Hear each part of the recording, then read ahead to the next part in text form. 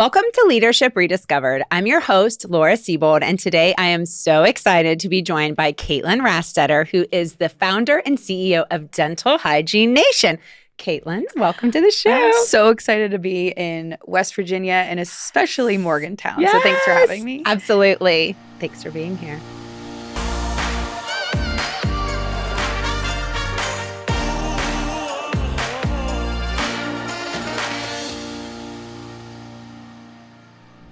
Caitlyn Rastetter is the founder and CEO of Dental Hygiene Nation. DHN started as a Twitter sensation in 2012, leading her to create a company in 2015 that offers fun dental apparel, accessories, and a subscription box solely for dental professionals. Caitlyn graduated from West Virginia University with her bachelor's in dental hygiene. She noticed there wasn't a brand that just spoke to dental for professionals. Most medical brands spoke to hospitals, nurses, doctors, etc., and it was her goal to give representation to her industry by celebrating dentistry every day through social media and her products. While continuing to focus on that goal, she has partnered with leading dental industry brands, conferences, and creative minds to deliver unique and hygienist-specific products, from shirts and stickers to instruments and scrub caps. Her most popular product is DHN's quarterly subscription box filled with dental goodies that accent the season, the industry, and most recent trends. Caitlyn previously served on the Leadership Council for the WVU School of Dentistry, and in 2022, Caitlyn expanded her brand by becoming a new co-owner of Dental Hygiene Seminars, which is an organization built to educate and prepare future dental hygienists for their board exams. Wow. Woohoo. Big stuff here. Yeah. Okay, so you went to WVU for dental hygiene, but fast forward 10 years later, and you're leading a successful company. So can you fill in the gaps there? Take us on your leadership journey. Okay, so it all started with the Twitter page. I was in my sophomore year of hygiene school, and it was right when that's like the big social media platform at the time. Yeah. Instagram was just kind of starting, but Twitter has been there for a little while. And there were these really funny nursing Twitter pages, and I'm like, why isn't there one for dental hygiene? So I started a Twitter page called Dental Hygiene Problems, and I just tweeted about the common struggles of dental hygiene, whether it's school or patients, things that we all could relate to, but the public couldn't. Right. My director of dental hygiene actually got word of it because I kept it a secret from my classmates for about a month. And no one knew it was me. And a month in, they're like, oh my God, you see this Twitter page? It's so funny. And I was just sitting in class like, It is so funny. Yeah. So, because it was like my way of being snarky without anyone knowing. And I could be like truly myself. Yes. So my director found out. She pulled me into her office, and I almost had to take it down. Wow. Yeah. And I convinced her. It was a very scary situation, but I don't know how I did it, but I convinced her to keep it online because she was concerned I was representing the school. And I said, no, it's not the school. It's not the professors. I'm really just talking about dental hygiene itself. Right. I'm not giving names. So luckily she kept it on. Yes. And then it led into an Instagram page and a company. So to blend those two together, I had this following. It grew rapidly across the United States. It kind of was just like, whoa, what is going on? And I thought, hey, I feel like we can monetize this following. What can I do with it? So I always liked graphic design when I was in high school. I was voted class artist. Nice. Yeah. So I don't know why I always loved drawing for t-shirt media types. So I designed our class t-shirt. So I was like, well, maybe this following would like some shirts with our tweets on it, like some funny merch. Sayings. Yeah. They loved it. They wanted more. I started with one shirt. And I actually worked with some, this is all while I was in college, and I worked with a few screen printers in town. Wow. And it was always like a third party screen printer. So it was never like my website. It was kind of on-demand printing, which can be pricey. And then after college, it's like blending these. There's like, what tangent do I want to go down? Sorry, I lost my train of thought. No, you're fine. There's like a lot of things that go into this. No, you're fine. Keep going. I got out of college and I wanted to create my own website, my own company name. That's where Dental Hygiene Nation came in. I love it. From Dental Hygiene Problems to Dental Hygiene Nation. And I had the mission of what you talked about in my bio, that I felt like, okay, let's take the Twitter, the funny, the humor. Let's actually have a purpose in the world. And that's when I got the inspiration when I was scrub shopping, and the clerk kept asking me, what hospital do you work in? And I said twice, I said, I'm not a nurse. I'm a dental hygienist. And when I was checking out, she said it again. And that's when I was just did not expect that objection. And I felt like, why do people assume I'm a nurse? Right. People don't even know how to say the word dental hygienist sometimes, like genist or hygienist. Yeah, they don't know how to spell it. And it's just like, what the heck? So that's where that purpose came to be, to create Dental Hygiene Nation, to represent the industry. And I got the website and I said, if one shirt sells, if I get one purchase, I'm going all in. Oh my gosh.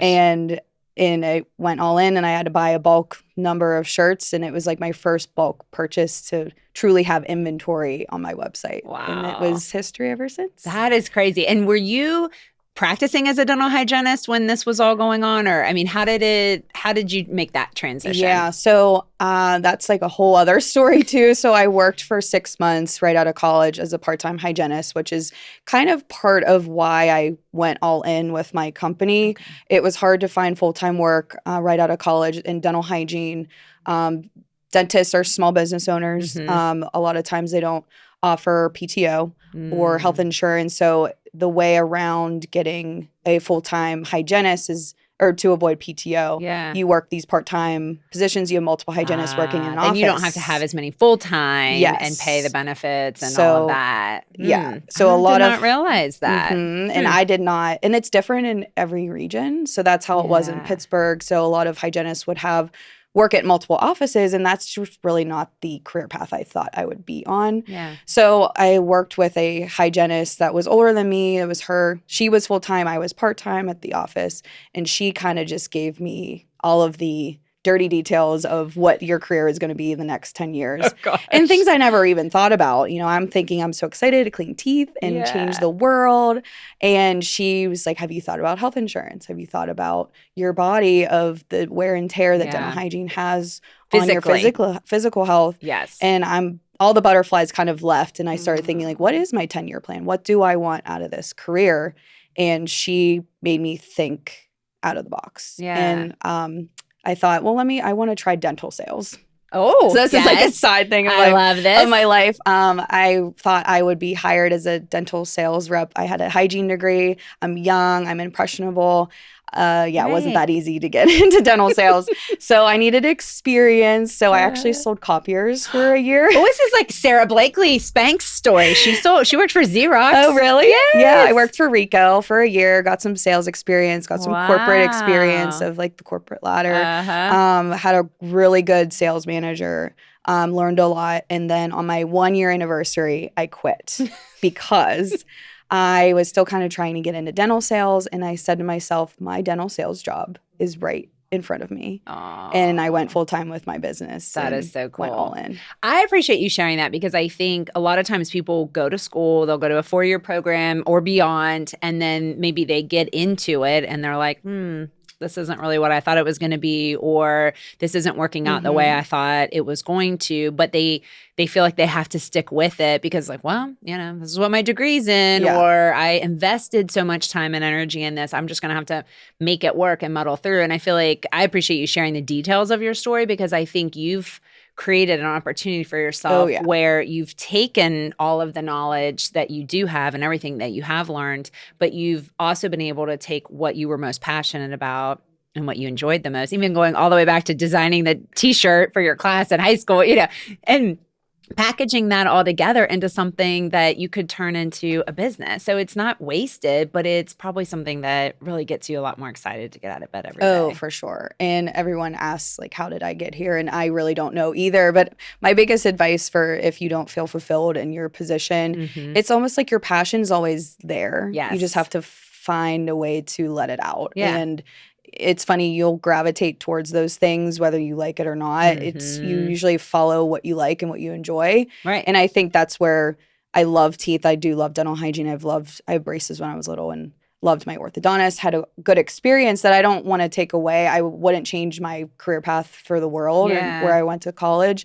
But it's just funny how I could turn teeth into graphic design and marketing. Yeah. It's like what I'm naturally good at. And It's so wild. Like it to me, from a business perspective, that's a very niche kind of thing that you do. And you hear a lot about niche. I mean, you've definitely created a really cool niche for yourself. Oh, yeah.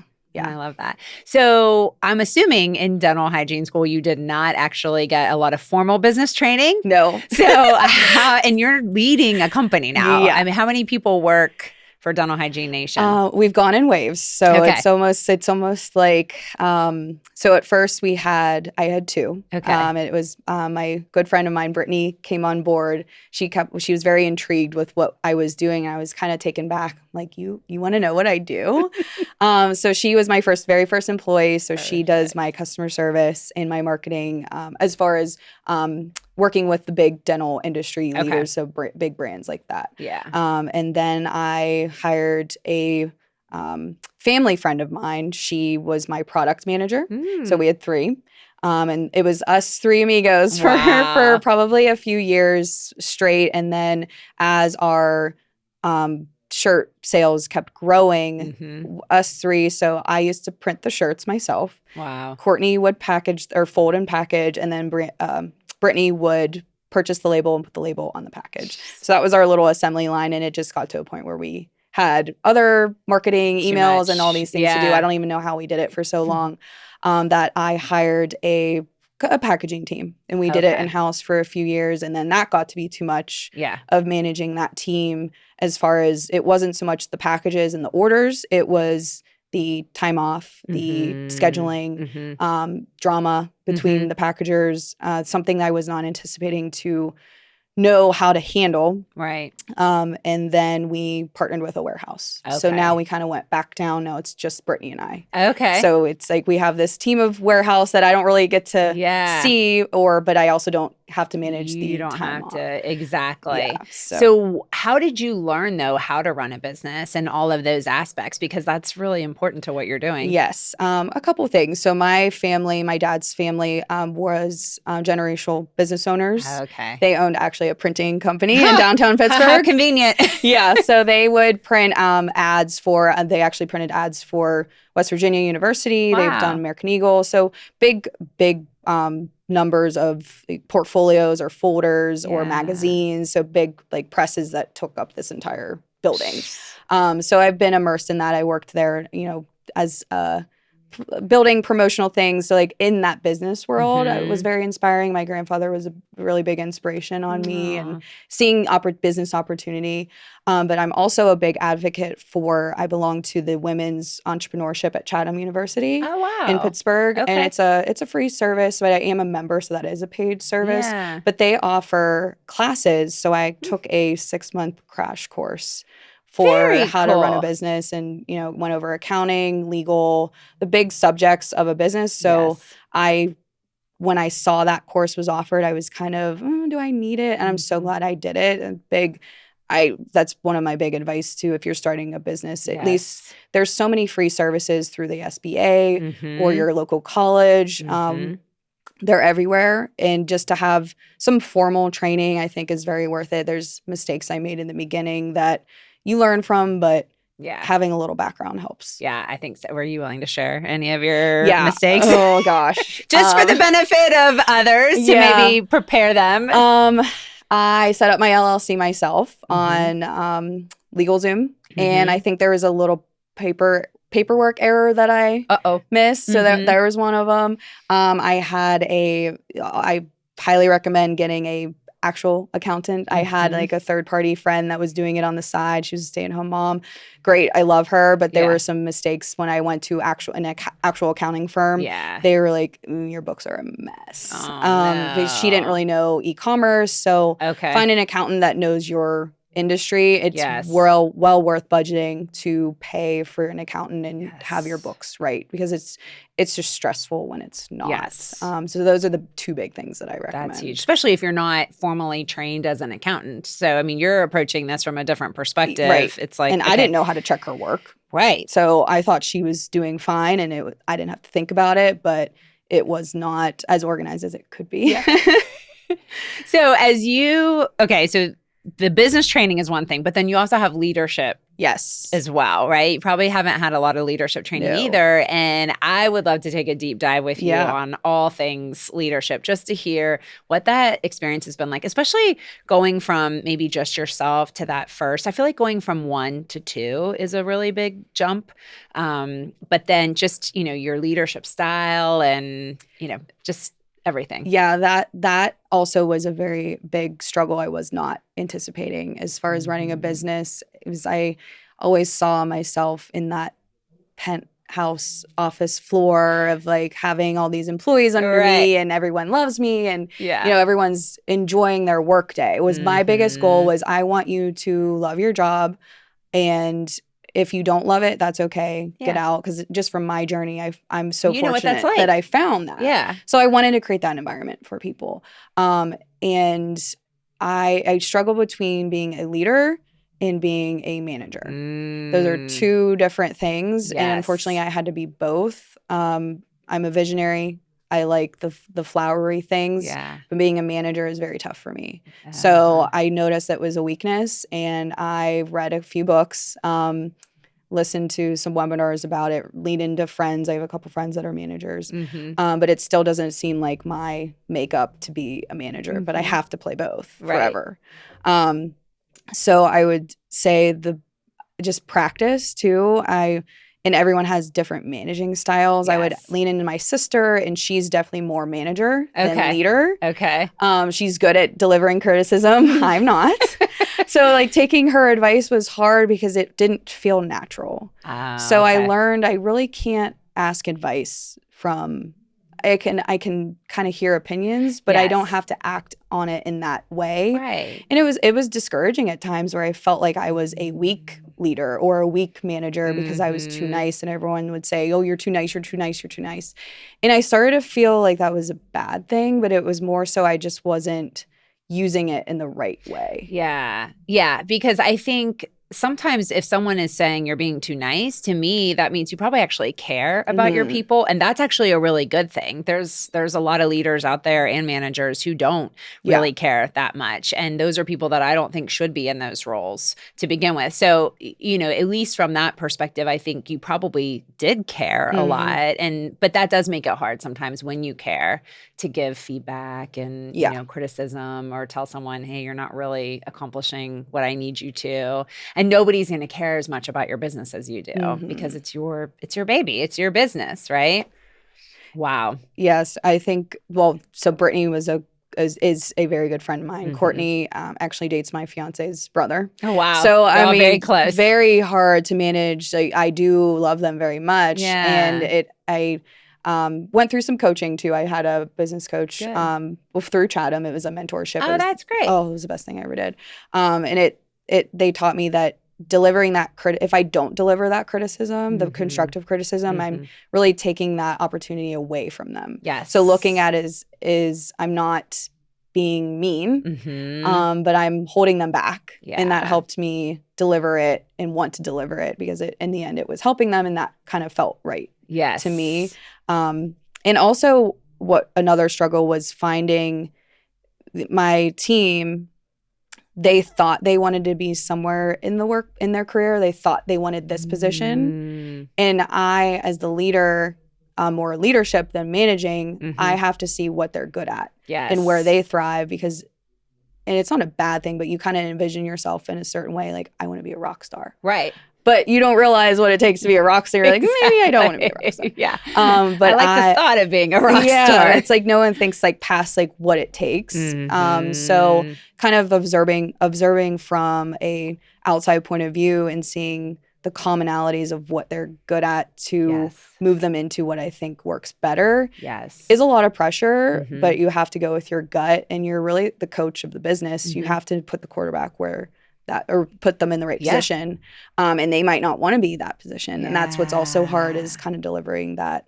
I think you're better utilized in this position, even if it's not their dream job. Right. Well, and as a leader, you do see things from a little bit of a unique perspective because you're not just looking at them serving in their role, you're looking at them compared to other people and in the different roles within your business. You're thinking about, okay, strategically, where am I trying to go with this business and who makes the most sense? I mean, you're playing that shell game, whereas they're a lot of times just kind of thinking about their own role, their own career. It's a different perspective that you're approaching things from. Yeah, you hit the nail on the head.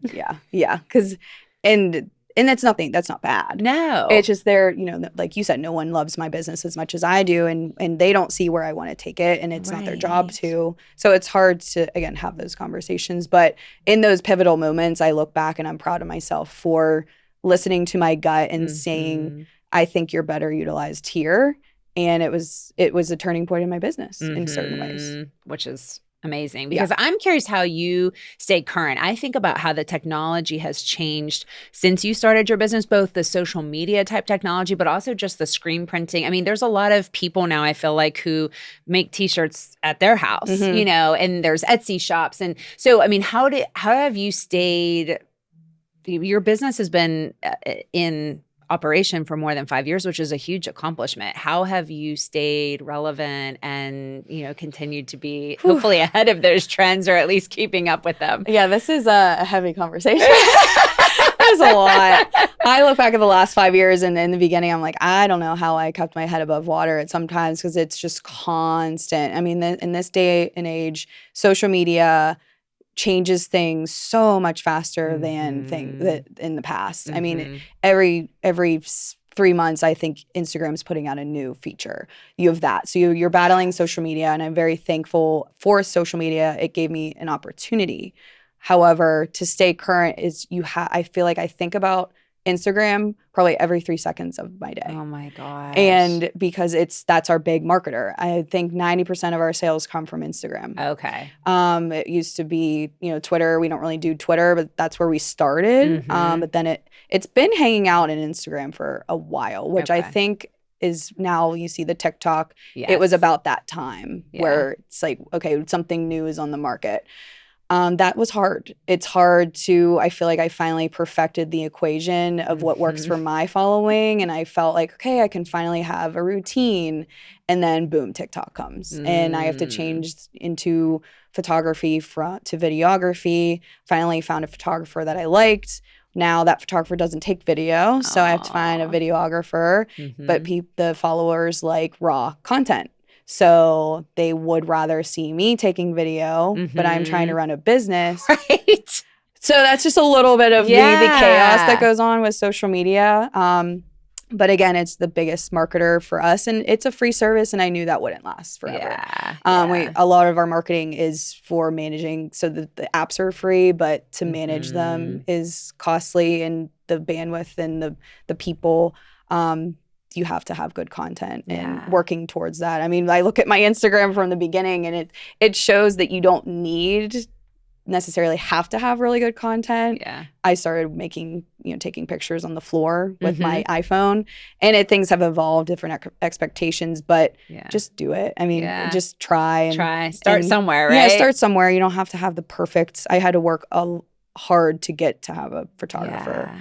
And then with screen printing, like I said, I was screen printing myself on demand in my office in Carnegie. I would actually learned about a company called Versatrans from one of my patients when I worked part-time. So I was kind of dabbling with making shirts, and he's like, you need to call this company. So what they did is they screen print on paper, and then I would press with a heat press on this. So I was able to keep costs low and only spend money when something was purchased. And funny story about my screen printer or my heat press, my grandfather, one of my key components of inspiration, had for some reason a heat press in his closet. So when I told my dad I was like thinking of making shirts, he's like, well, I think grandfather has a heat press in his closet. Like, and what do you know? Sewing machine in the basement. And what do you know is in my grandma's closet, and he was passed by then. And it worked. And it Wow. still works today, and it was from like the 70s, and it was That is so neat. And usually those are like $1,000. So it was Yeah. like kept my startup costs very low, and it was again a piece of my Plus, family. it's sentimental. Yeah, it kind of feels like, I don't know, if I would probably take it as some kind of sign of like, this is what I meant to do. You know, it definitely finding took that it as a sign. Aw. Yeah, so that kept us keeping costs low, and then Yeah. eventually was able to work with a screen printer who also does a little bit of design for me, so that helps. I was designing everything myself. Now I'm more like directing the design. But with Etsy, that's a whole other ball game if you want to go into that. Yeah, go ahead. So I've set a boundary to never list on Etsy, and people have objected that. You know, why not sell everywhere that you can? Yeah. But I never wanted to be a crafts, homemade. I wanted to look bigger than that. Yeah. So from the very beginning, I would say us, and it would be me and Brittany. Aw. And I always talk as a team. Yeah, I've heard you say coworker, and I realized you were talking about your team, direct reports, but you call them coworkers. Yeah, I don't like to say, because we are a team. I wouldn't be here without them. So saying like I'm their boss, it just doesn't feel right saying it. But I always wanted to think bigger than Etsy. Mm-hmm. I feel like my stuff isn't homemade, even though I'm printing it. It's not. It's a commercial product. It's a commercial product, and it's using. It's not. I'm not hand making earrings with my oven or like crafting or sculpture or painting. I'm designing on the computer, but it's something you can also buy in Target. It's a T-shirt. So I just didn't feel like it fit the Etsy world. But Etsy is definitely one of our biggest competitors in a sense that you have. You know, I would like to say that Dental Hygiene Nation has inspired other dental professionals to tap into this creativity, which I love. Yeah. For some reason, dentistry does attract a creative person, especially there's a lot of art related to it. You have to carve a tooth. It's aesthetic. It's a sculpture. Yeah. So you do see that creative brain, and totally love that. What I don't like is they take my designs left and right. And that's kind of a tough subject too. And, you know, I don't say anything. Yeah. I let it. It's flattering. Yeah. If I do see it, I take my design down and I do something better is my philosophy to myself. Because they're not they're doing something as their fun side thing. I don't think their intentions are to copy me. A lot of times I don't think they're doing it on purpose. And this person who's designing this is also my customer. Yeah. So to have that conversation to say, hey, please take that down, cease and desist. Right. Awkward. Yes. Very awkward. Yes. But it does hurt. Yeah. And it's hard to navigate through that. And they claim I copy them, which blows my mind when I can find 5 to 10 things sometimes of my designs that I don't have on my website, but they've probably seen and they don't even recognize that their brain has saw that before. Yeah. So yeah, that's I don't look at Etsy anymore. I make sure if I'm coming out with a new design, I do look and make sure my designs don't look similar just by accident. But Etsy is a tough.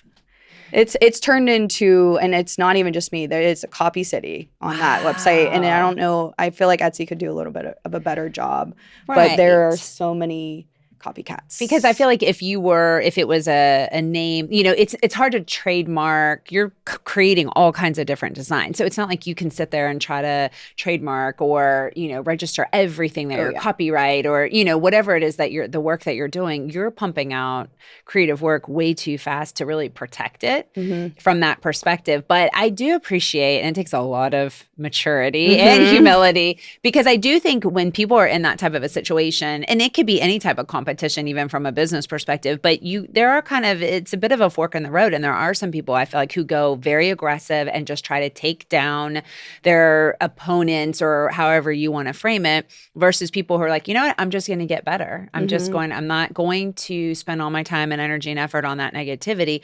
I'm just going to keep getting better and keep doing the best thing that I can do. And I think at the end of the day, like you said, it hurts and it's hard, but I think at the end of the day, that is the right approach. And it's just going to make make you better anyway. Yeah. And it just gives me more fuel to do something better. Yeah. And I think that's the bigger message there. Yeah, absolutely. Wow. That's so cool though.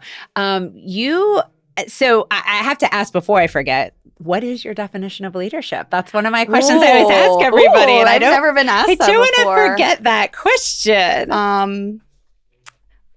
I think I picture like bulleted list in my brain, not just one sentence, but if I can name key components of leadership that I believe describe it, lead by example. So be the employee that you're leading, that you want to inspire. Inspire. Yeah. To really pull the great things out of whether it's a coworker, team member, friend, guide them to find what they are good at and blossom. Yeah. That's really the two things that come to mind. Yeah, I love that. And I've heard you talk a lot about establishing and figuring out, okay, what are these things that other people that I'm working with are talented at, good at? How do I really, create opportunities for them to thrive? But how do you also do that for yourself? Because you were talking earlier about, people want me to be the one recording the footage, but I'm also trying to run a business. So how do you figure out, okay, where does Caitlyn spend her time every day? It's lonely. It's very lonely. Yes. I don't know if business owners talk about it enough, but there's times where I like to be motivated and praised, and there is none. No, so you're your own boss. A lot of check-ins with yourself. To have to be good at that, have to be okay with that, and really congratulate yourself. Step back, and I try to make myself do things like this that are for more Caitlyn. I always say this is for Caitlyn today. This is not for the business, because my life revolves around my business like a child. That I try to do off topic, more business things. Like Chatham is for my business, but I was there with other business owners, and I really looked forward to those evening classes, or doing a conference that's, again, for me, for leadership, or reading books that are for leadership. It's really, I have to be my own advocate, and that's okay, but you have to be okay with that. You have to lead your own journey.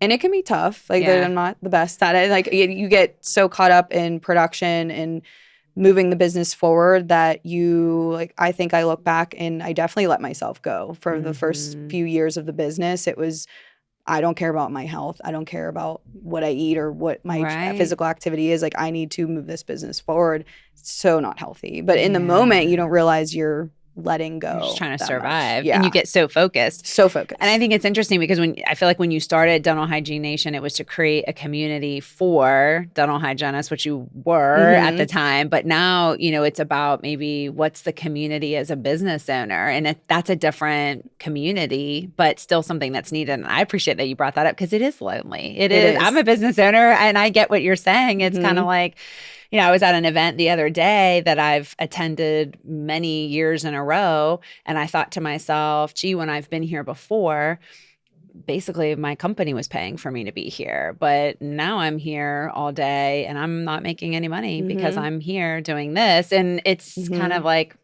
you're right. You do have to kind of check in a lot on, am I focused on the right things? Am I spending my time the best way that I can, given the things that I do best? And when you're running a small business too, sometimes you don't have that penthouse team of people that, you could just outsource everything or delegate everything to. It's like, well, maybe I'm not the best bookkeeper, but today I'm the bookkeeper, you know? So that makes it harder too. And am I doing the right thing? I mean, there's really no comparison. And that's, I think, another big struggle with leadership I have my team to bounce ideas off of, but at the end of the day, it's my decision. And am I doing what's close to my heart, but am I also doing what's right for the business? And there's a lot of emotion that comes into that. For sure. That it's, again, there's no one saying bad decision today, you should have done better. You see it if it's a financial decision, but at the end of the day, no one's fact checking you. No one's giving you a performance review other than maybe someone didn't like your post on Instagram or, like you said, a financial decision that didn't go the way you thought it would. But so having an open mind to that, you have to be nice to yourself. And I believe that making mistakes only makes you grow faster. Yeah. So mistakes are good. Yes. If you didn't come through that pain, you would have never learned Exactly. this. And then it's always a step up. Yeah. And I forget what book I got that from too, but it was something where it was talking about a hospital and something with, they didn't have like the right fire code or something, like some catastrophe happened. But they had this like a good saying where that chaos led to success, and without the chaos, you have no like rainbows or something. Some philosophical like I love saying, it. but yeah. But you're right. I mean, yeah, without the storms, you'll never have a rainbow, something like that. But it's true. It is. I mean, and it kind of makes the high points worth celebrating even more when you realize some of those low points that you've gone through too. Yeah. So mistakes are good. Yeah. Well, now that you're several years in, what are the things that kind of keep you up at night right now? Timelines, deadlines, production timelines. It was so much easier when we were printing on demand because I would not have to create the product until it's sold. Now that we work with a warehouse, we work with a screen printer, we work with factories. Yeah. The timelines are like so far out. Well, and you don't have as much control over it either. No, and the errors that, I mean, when you work with more parties, there's just more room for errors and keeping them accountable, but also delivering the design in time for them to create. So getting used to, it's almost like, I'm sure like how construction works. It's just like they plan things 3 years in advance. I'm like, how do you do that? I don't know what I'm doing tomorrow. And it's not my personality. I'm a crammer. So in college, I would be like, that was my day. I will cram before. That's what I needed. So to plan 6 months, like I plan Christmas in July. And it's just so annoying. Feels weird, I bet. But also, what is that like mentally and emotionally to not have? For me, I think it's hard when you don't have as much control when you're using all these third parties who are representing your brand. So if they make a mistake, it's, well, do they care about that mistake as much as you do? Because at the end of the day, the customer doesn't know that it was your third party, factory somewhere that made that mistake. They're just like, well, it's Caitlyn. Caitlyn messed this up, Yeah, that was a hard pill to swallow. I think that's why I waited to outsource as long as I did, and I kept everything so close. Yeah, and it still is hard. But like you said, the customer doesn't always know, and mistakes are okay. Yeah, I love the book, The 4-Hour Work Week. Yes. Highly recommend. Yes, and he talks about like don't sweat the small things. Like they'll forget, and it's like they're upset, but it's one customer. That it's okay. Everyone's learning, and I mean, my warehouse made a mistake the other day. They shipped the wrong box. We just launched our winter subscription box, and they sent the fall one. And I sent an email, and it's just like stuff like that where you did have control, but they still did. They made a mistake, but I make mistakes too. So again, it's just not sweating the small thing, but it's hard, very hard to outsource, especially when it was me and my team for so long. It's easier to control it, but it's not productive. So you want to say it's less stressful, but it's really not. Because just because you can control it doesn't mean it's the right thing. Yes. Yeah. And you limit yourself in terms of, because you've really scaled your business, right? I mean, I'm not sure what your production numbers are, but I'm sure that you, in terms of the product that you're putting out, maybe even on a monthly basis, now in 2022 versus maybe back in 2015 or 2016. I mean, it has to be exponentially more than what it was. So, I mean, you couldn't have gotten to this point had you still, tried to hold everything close. But that's a hard transition. It is. But it honestly, I felt like when it did happen, I had no choice. Yeah. I wish I would. When I made the transition, I said, why didn't I do this sooner? But you learn that lesson. And now I know, like, when I start to feel like I'm like a little overwhelmed, you take a step back and reassess and pivot. Yeah. And it's really that little gut reaction. It's like when you start to feel super like I can't sleep at night, I'm losing my mind. Yeah. Something's got to change. Not working right. And that's all, you just have to change. Yeah, it's like this isn't a sustainable model anymore. And I feel like you've done a really nice job of continuing to pivot and try to figure out, you've started, is this a separate company that you are recently have ventured into? Tell us a little bit about that. Yeah, so it's actually they're 31 years in business. Wow. I was a vendor with them for since 2018. Mhm. So I would go. So it's a board prep class. So think like SAT prep, but the hygiene students will go as a weekend seminar Okay. for 3 days. So I had the opportunity to sell my merchandise there. Oh. And I really just fell in love with the team. It's a very small team. Mhm. And I'm with them for, at that time, 8 weekends in a row. Oh, wow. In January, in Oh, February. wow. Yeah. So you spend a lot of time and there's a lot of Mhm. dead time as students are in class. All the vendors are kind of hanging out. Chit-chatting. Yeah. Yeah. What do you do? What's your merch? Yeah. So we get to know each other. I really liked them. And COVID throws me off. I know. Yeah, I guess it was last fall. I remember I got a phone call from one of the team members and they said, we want you to come on board. Mhm. And I remember I canceled my whole day. Like, I have meetings. I'm like, I need to like bask in this moment right now. Oh my gosh, that's awesome. But I guess we worked well together. They were kind Yeah. of watching me throughout the process, and they saw how I capture that student, Mhm. their personality, and I know how to attract that Yeah. their audience. Oh, okay. So s- they saw the benefit of joining forces. Yes, Yeah. exactly. So I am director of marketing for the company Oh, cool. and co-owner. So Nice. I was just I was so flattered. And that was one of the moments where when I talked about not having anything to compare it to, Yeah. that was I needed to take a step back and say, like, my work is paying off. Yeah. And this is an accomplishment and I am doing the right thing. And That's people are awesome. noticing, even if they're not saying it, Mhm. clearly I'm making an impact in this industry that people want my experience and my skill Mhm. set. And that Mhm. was a huge, huge personal win for me to just bask in. That's awesome. Well, and it sounds like, because I was curious what led to your decision to do this. I mean, it sounds like you were instantly excited about it. At first, because I never wanted to get into the seminar business. Mhm. It's events. It's a lot of planning a Yeah. year in Yeah. advance. It's like planning a wedding. Yes. And I just never, I'm like, I don't want to be a jack of all trades. I want to stay in Mhm. my niche. I think that'd be really cool. Yeah. Which it's actually in my business plan. When I first made my business plan, was Dental Hygiene Nation was going to have an annual seminar where we would make it fun, because a lot of the seminars out there were just very boring and it was going to be our way. So it kind of was in the back of my mind, but seeing how much goes into it, I'm like, I don't have the time. Yeah. So I never really thought about it until they asked me to come on board, and then just be in that side of education were so fun. It really drives more credibility to my business, and I get to do what I love, which is marketing.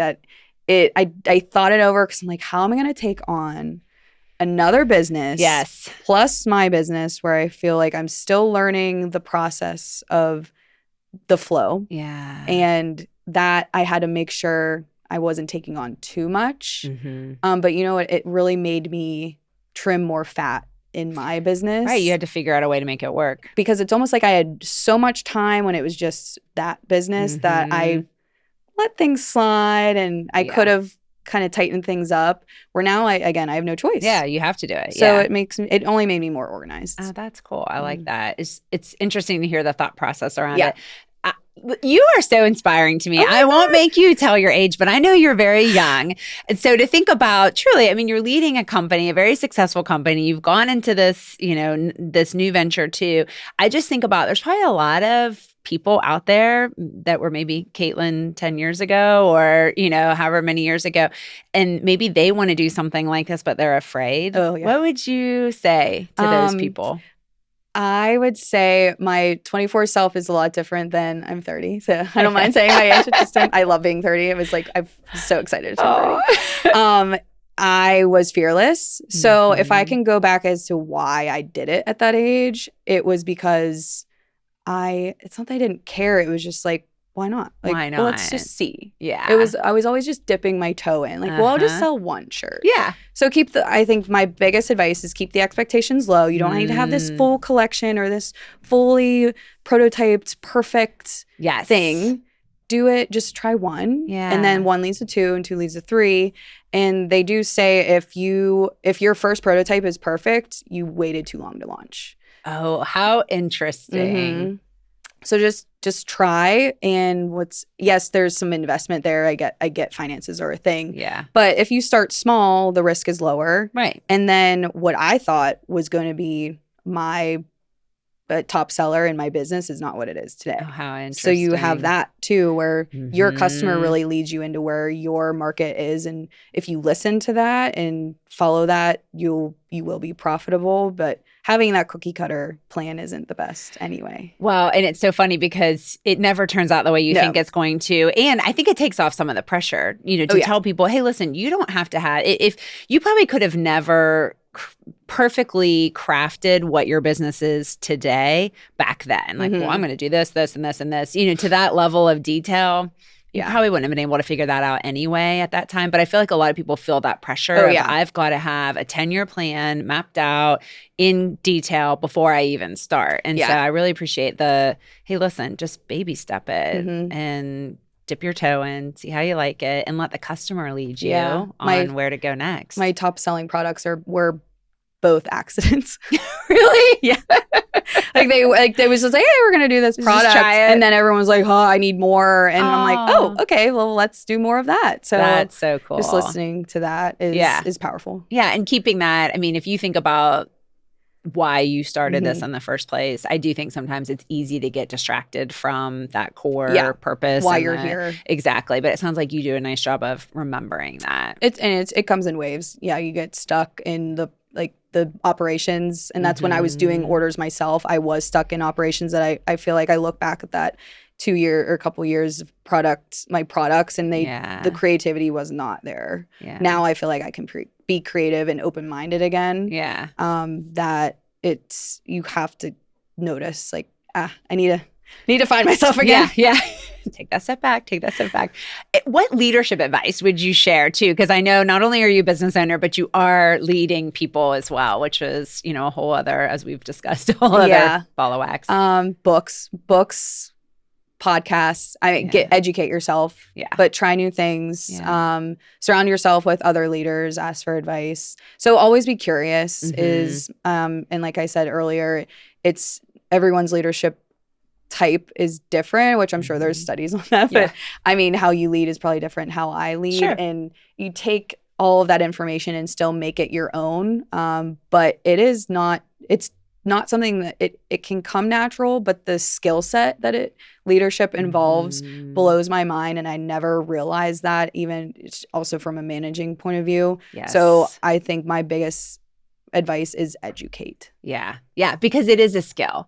Just like the things that you learned when you were in school, those are skills too. But I agree. I don't feel like sometimes people really understand this is not as easy as it may look or seem. There's a lot more behind it that you have to learn. Yeah, and just how to say things and how to deliver criticism and how to walk your team into self-discovery. And The Advice Trap is a really good book. I highly recommend. Oh, I love it. I think is that Michael? It's the Coaching Habit. Yeah.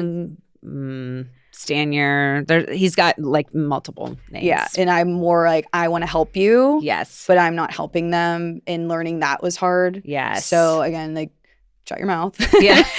Advice. Do not give good advice. Leadership advice. Yeah. Stop talking. Shut up. Literally, they say that in the book, like, shut up.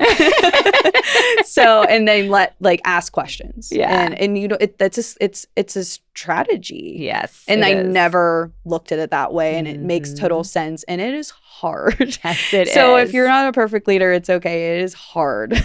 Yes, that's true. Thank you for saying that, because it doesn't come as naturally as people think. Oh yeah. Yeah. For sure. All right. What have we left on the table? Anything I haven't asked you that you were hoping we would cover today?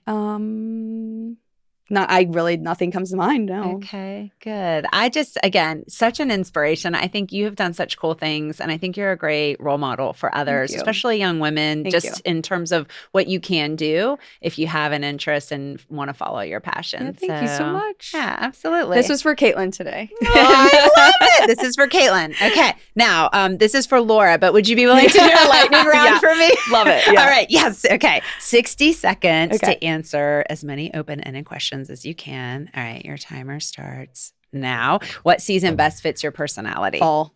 Okay. What's your most used emoji in text? Oh, the laughing face. Aw. What book, song, movie, or podcast has had the greatest impact on your life? Ooh. Start with why. Book. Oh, that's a good one. What's something about you that surprises people when they first hear it? I don't know. Skip. Pass. Okay. Fill in the blank. I spend too much money on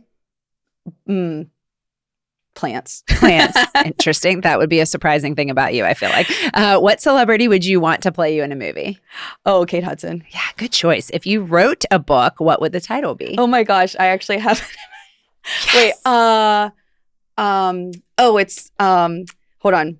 Because people said this to me. What's the point? What's the point? Ooh, I like that. Okay. Most meaningful piece of clothing or jewelry you own? Meaningful, sorry. Oh, meaningful? Meaningful piece of clothing or jewelry that you own. Ooh, Sorry.